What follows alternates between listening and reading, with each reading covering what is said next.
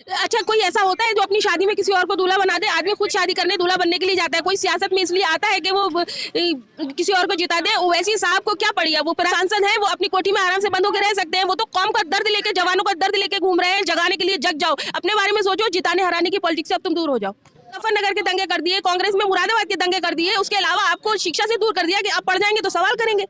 तो ये ज्यादा खतरनाक है या वो ज्यादा खतरनाक है? तो क्या पतंग उड़ेगी।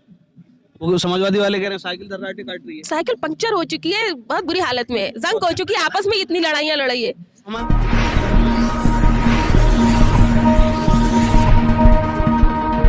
आदाब दोस्तों, मैं हूं कलीम अख्तर और आप देख रहे हैं डेमोक्रेटिक अड्डा पर चुनावी चौपाल। हम लगातार आपको उत्तर प्रदेश के अलग अलग शहरों से, अलग अलग विधानसभा सीटों से उत्तर प्रदेश का चुनावी माहौल आप तक पहुंचाने की कोशिश कर रहे हैं। हमारे साथ इस वक्त प्रदेश अध्यक्ष हैं महिला सभा की, ऑल इंडिया मजलिस इत्तेहादुल मुस्लिमीन नजमा फातिमा जी हैं। इनसे बात करेंगे, आखिर जानेंगे 2022 में एआईएमआईएम का कैसा माहौल है। जब से भारतीय जनता पार्टी सत्ता में आई है तब से लगातार खाने को लेकर के, लोग क्या खाएंगे उस चीज़ को लेकर लगातार विवाद होता रहता है, पहनने को लेकर विवाद होता रहता है। तो इस तरीके के विवाद आखिर क्यों बढ़ते हैं? इस तरीके के विवाद इसलिए बढ़ाए जा रहे हैं कि लोग अलग अलग हो जाए और उनका वोट बैंक बन जाए, लेकिन लोगों को समझ में आ रहा है कि ये इससे कुछ नहीं होने वाला है। असली मुद्दे रोजगार है, शिक्षा है और लोगों की सुरक्षा है। असली मुद्दे ये है, ध्यान भटकाने के लिए ही कर रहे हैं क्योंकि मोदी और योगी सरकार टोटल फेल हो चुकी है।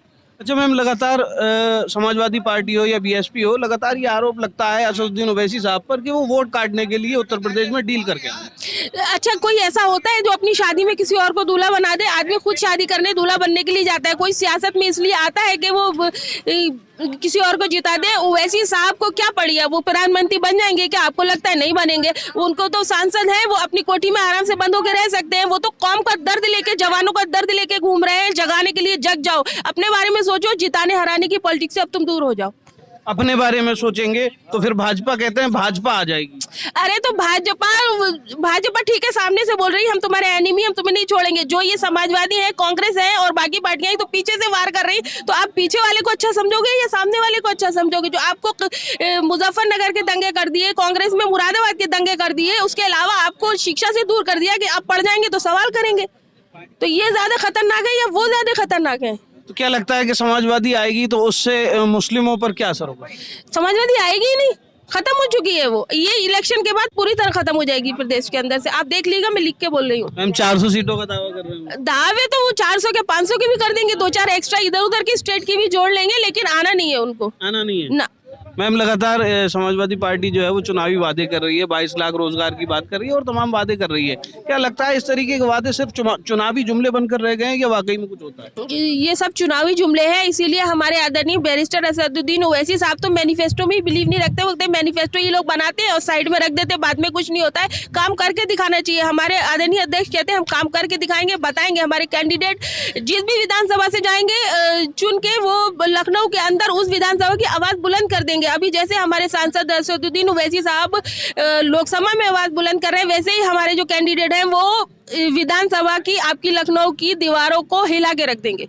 अच्छा मैम, एक आरोप और लगता है कि असदुद्दीन ओवैसी ने पहले बिहार हरवा दिया। अब अख्तरुल ईमान साहब जो प्रदेश अध्यक्ष हैं बिहार के एआईएमआईएम के, वो भी लगातार यूपी चुनाव में घूम रहे हैं। तो क्या वो आरोप जो समाजवादी पार्टी के नेता लगाते हैं कि भाई बिहार हरवा दिया, वो सही है? वो अपनी कमियों को छुपाने के हिसाब से कहते हैं। आप डेटा पे जाइए, आप देखिए कौन सी सीट पे कैसे हारे हैं वो लोग अपनी कमी से हारे हैं, कांग्रेस की नाकामी की वजह से हारे हैं। कांग्रेस की कोई सीटें भी नहीं जीत पाए। आरजेडी तो फिर भी करके ले गई, लेकिन आज कांग्रेस तो पूरी तरह खत्म हो गई है। तो दूसरों पे आरोप मढ़ने से आपकी बातें चुप नहीं जाएंगी। डेटा पे जाइए, सीटों पे जाइए, देखिए आप किस तरीके से हारे हैं, वो खुद ही सब क्लियर हो जाएगा।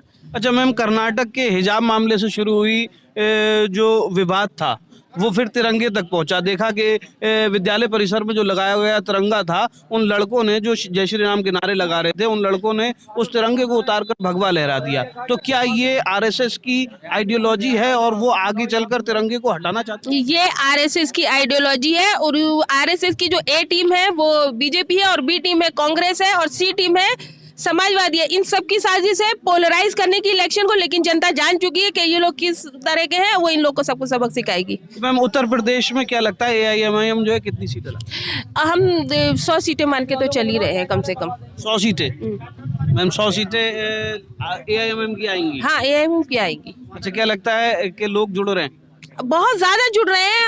हमारे प्रदेश अध्यक्ष शौकत अली साहब की मेहनत रंग ला रही है। उन्होंने 0 से स्टार्ट किया था, 100 पे लाए। इंशाल्लाह अगले पे हम सरकार बनाएंगे। अच्छा मैम, अभी एक वीडियो वायरल हो रहा है, शमशुद्दीन राइन जी हैं जो बसपा के कोऑर्डिनेटर हैं। एक स्वतंत्र पत्रकार ने जब स्टिंग ऑपरेशन किया तो 300 करोड़ में सीटों का सौदा होता लग रहा है। ऐसे में क्या लगता है भाजपा को रोक पाएंगे? मुझे नहीं लगता है कोई ऐसा है। ये सब तो फेक वीडियो होते हैं। फेक वीडियो होते हैं? फेक वीडियो नहीं मैम, एक स्टिंग ऑपरेशन है वो उसकी बिग बॉस होता है। आपको क्या लगता है बिग बॉस आपकी सचमुच की वो लड़ाई लड़ते हैं? 2 तरीके के कैमरे लगे होते हैं वहाँ पे। ऐसा दिखाया जाता है कि ये जानबूझ के लड़ रहे हैं, वो जानबूझ के नहीं, वो स्क्रिप्टेड होते हैं। ये भी बिग बॉस की एक सीरीज है। बिग बॉस की एक सीरीज। तो मैम इस बार उत्तर प्रदेश में पतंग उड़ेगी? पतंग उड़ेगी। वो समाजवादी वाले कह रहे हैं साइकिल दर्राटे काट रही है। साइकिल पंक्चर हो चुकी है, बहुत बुरी हालत में है, जंग हो चुकी है, आपस में इतनी लड़ाइयाँ लड़ाई है। हमारे साथ नजमा जी हैं जो प्रदेश अध्यक्ष हैं AIMIM महिला सभा की। इनका कहना है कि उत्तर प्रदेश में समाजवादी की साइकिल पंक्चर हो चुकी है और पतंग जो है वो इस बार उड़नी तय है। लगातार दावा कर रही है, कह रही हैं कि 100 सीटें उत्तर प्रदेश में AIMIM इस बार लाने वाली है। चलिए खैर, ये तो वक्त ही बताएगा कि आने वाले वक्त में 2022 चुनाव में दारुसलाम जाएंगे 10 तारीख को, 10 मार्च को, लिख के ले लीजिए। दारुसलाम जाएंगे हमारे वही साहब को बोलेंगे चलिए हमें थोड़ा समर्थन दे दीजिए, गठबंधन, लेकिन होगा नहीं जी गठबंधन के लिए। चलिए, तो एक और दावा कर रही हैं कि दारुसलाम अखिलेश यादव को जाना पड़ेगा। हमसे समर्थन मांगने के लिए अखिलेश दारुसलाम जाएंगे, लेकिन होगा नहीं। चलिए, ये तो आने वाला वक्त ही बताएगा। लेकिन इसी तरीके से हम आपको लगातार उत्तर प्रदेश के अलग अलग शहरों से, अलग अलग जगह से आप तक चुनावी माहौल पहुंचाते रहेंगे। जुड़े रहिए हमारे चैनल के साथ। शुक्रिया।